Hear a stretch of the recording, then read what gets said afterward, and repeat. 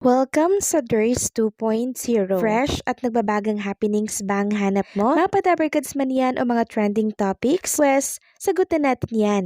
Kaya naman isubscribe nyo na ang ating channel para sa mga nagbabagang balita everyday. So, ayan, welcome back again sa ating YouTube channel mga Kadabarkads. And for today's video, ang pag-uusapan natin ay tungkol sa mga importanteng ganap sa loob at sa labas ng Itbulaga.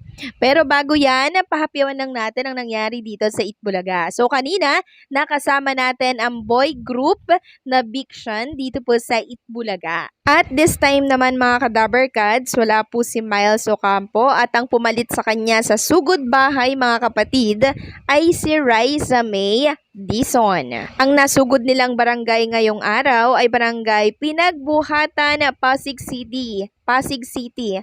So reminders lamang po, pre-recorded ang Itbulaga ngayong araw. And yung nasugod bahay mga kapatid nga po nila, may anak pong nagtitinda sa milk teahan at natawa lang po ang mga Dabarkads natin dahil yung pangalan po ng milk teahan nila ay Pisty Milk Tea. So sabi po ng mga Dabarkads natin, dapat yung mga flavors daw po ng mga milk tea ay katulad ng mga anay kasi Pisty nga naman, nakakaloka. Pero alam nyo po mga Kadabarkads, itong anak ni nanay na nagtitinda po ng milk tea, masipag daw to, matalino at gustong mag-aral. Yun nga lang po, wala atang budget para po siya ay makapagpaaral. Pero sana maging malaking tulong na po itong binigay ng Itbulaga na 50,000 pesos plus mga regalo para po siya ay makapag-enroll na po mga Kadabarkads. Kasi sayang naman, di ba, kung hindi po siya mag-aaral or nakapag-aral kasi ang kaalaman po yan yung hindi mananakaw ng iba sa atin. Samantalang pag-usapan naman natin itong Team Hong Kong na until now ay nasa Hong Kong pa din. Tuloy bakasyon na po ang Team Hong Kong.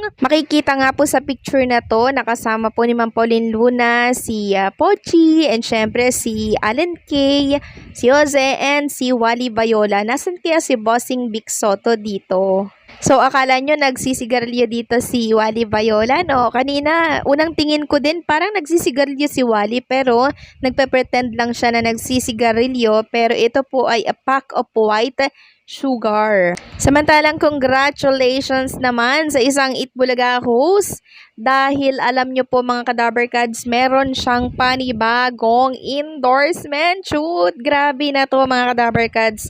Talagang level up at ibang klase na po. Si Atasha Mulak, nirepost nga po ni Atasha itong IG story ni Kirill. Sabi niya dito, hindi kami na-inform. Monday endorsement shoot, hindi kami na-inform sa uniform, Atasha Mulak. Then yan po yung mga kasama niya. Kasi naman mga Kadabarkads, pare-parehas po, no? Yung style ng suot nila dito. Ano kayang endorsement to mga Kadabarkads, no? Grabe na talaga si Atasha Mulak. Talagang ibang klase yung benta niya, 'di ba, sa mga advertisers. Talagang bentang-benta siya mga Kadabarkads. And since kakatapos nga lamang po ng Father's Day, ito nga po at may post si Tito Soto sa kanyang Instagram account. Sabi niya, my son's gift on Father's Day. My gift for you, Dad. Wow! Global Award for Outstanding and Significant Achievement in Public Service and Good Governance. Praise Jesus, just following your lead. Congratulations.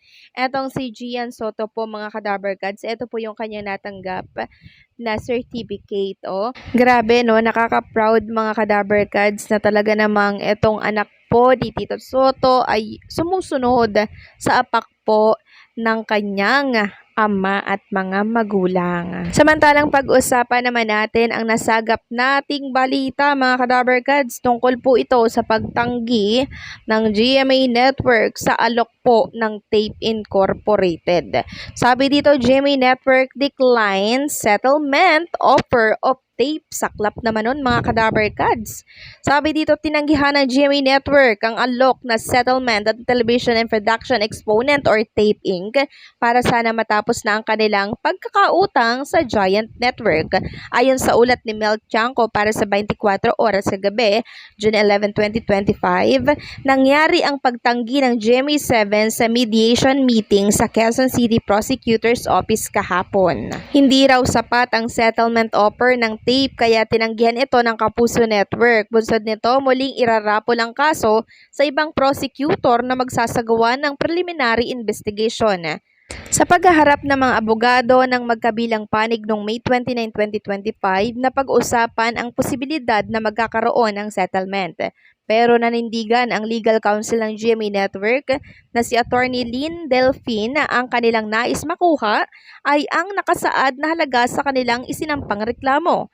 Pahayag ni Attorney Delphine, "We want to collect the amount that was misappropriated, the amount that should have been given to GMA but was not remitted by the officers of TAPE. We have been waiting for the remittance of the ad revenues. Unfortunately, despite repeated demands, hindi nabigay sa atin." Hindi naman itinanggi ng TAPE sa pamamagitan ng kanilang abogadong si Attorney Maggie Garduque na may pagkakautang ang kanilang kliyente. Saad nito, I think TAPE naman is not denying that there's collectibles to the corporation. Maybe the main contention only is whether it's civil or criminal. Reaksyon dito ni Attorney Delphine, "We have been saying din naman that management is open to listen and to see what offer they have, and if it's reasonable, we can decide on what to do about it."